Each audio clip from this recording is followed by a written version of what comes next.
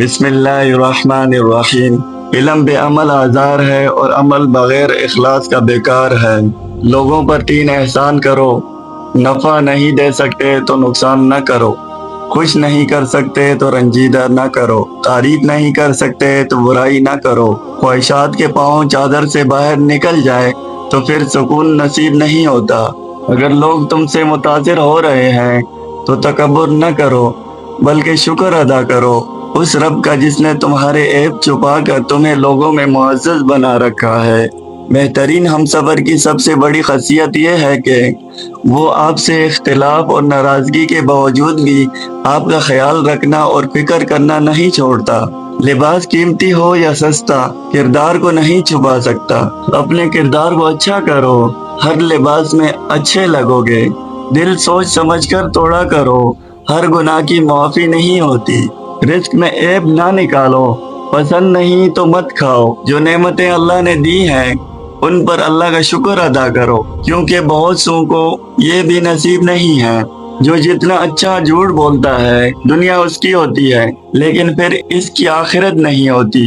ٹھوکر بھی انہی کو لگتی ہے جن کو رب نے تھامنا ہوتا ہے۔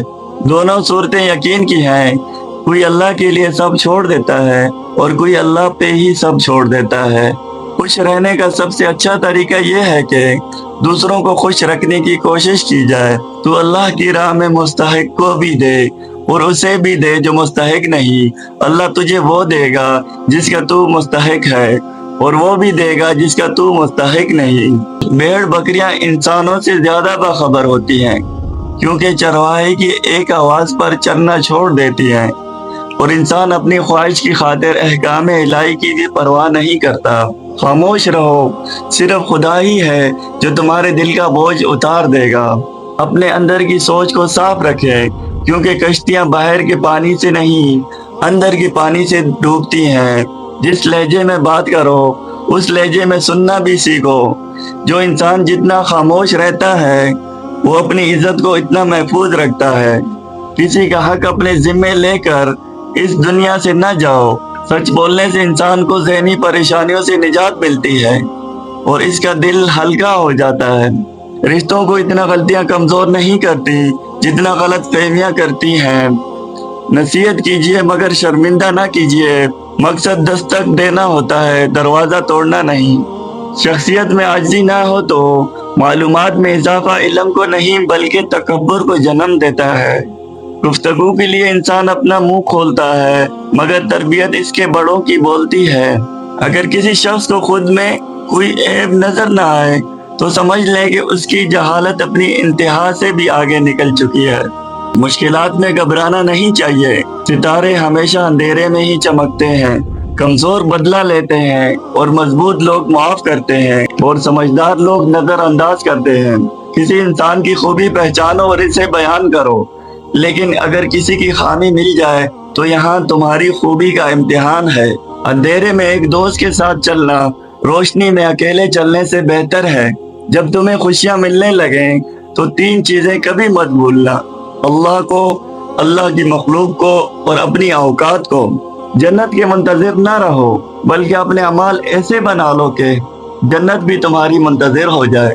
3 لوگ جب آپ کے سامنے بات کر رہے ہوں تو انہیں مت روکیں: والدین، بچہ، غمزدہ انسان، کیونکہ ان کا دل بول رہا ہوتا ہے۔ لوگوں کے دل آپ صاف نہیں کر سکتے مگر اپنا دل صاف رکھنا آپ کے اپنے اختیار میں ہی ہے۔ رشتوں کو اتنا غلطیاں کمزور نہیں کرتی جتنا غلط فہمیاں کرتی ہیں۔ گہری باتیں سمجھنے کے لیے گہرا ہونا پڑتا ہے اور گہرا ہونے کے لیے گہری چوٹیں کھانی پڑتی ہیں۔ لہجے اور الفاظ کی خوبصورتی وہ خصوصیات ہیں جو آپ کو اندیکھے انسان کا دیوانہ بنا دیتی ہیں۔ زندگی کو سمجھنا ہے تو پیچھے دیکھو اور زندگی کو جینا ہے تو آگے دیکھو۔ جب انسان زندگی کے امتحانوں سے پتھر ہو جاتا ہے تو پھر کوئی دل کو دکھا بھی دے تو برا نہیں لگتا۔ لوگوں کو تب فرق پڑنا شروع ہوتا ہے جب آپ کو کسی بات سے کوئی فرق نہیں پڑتا۔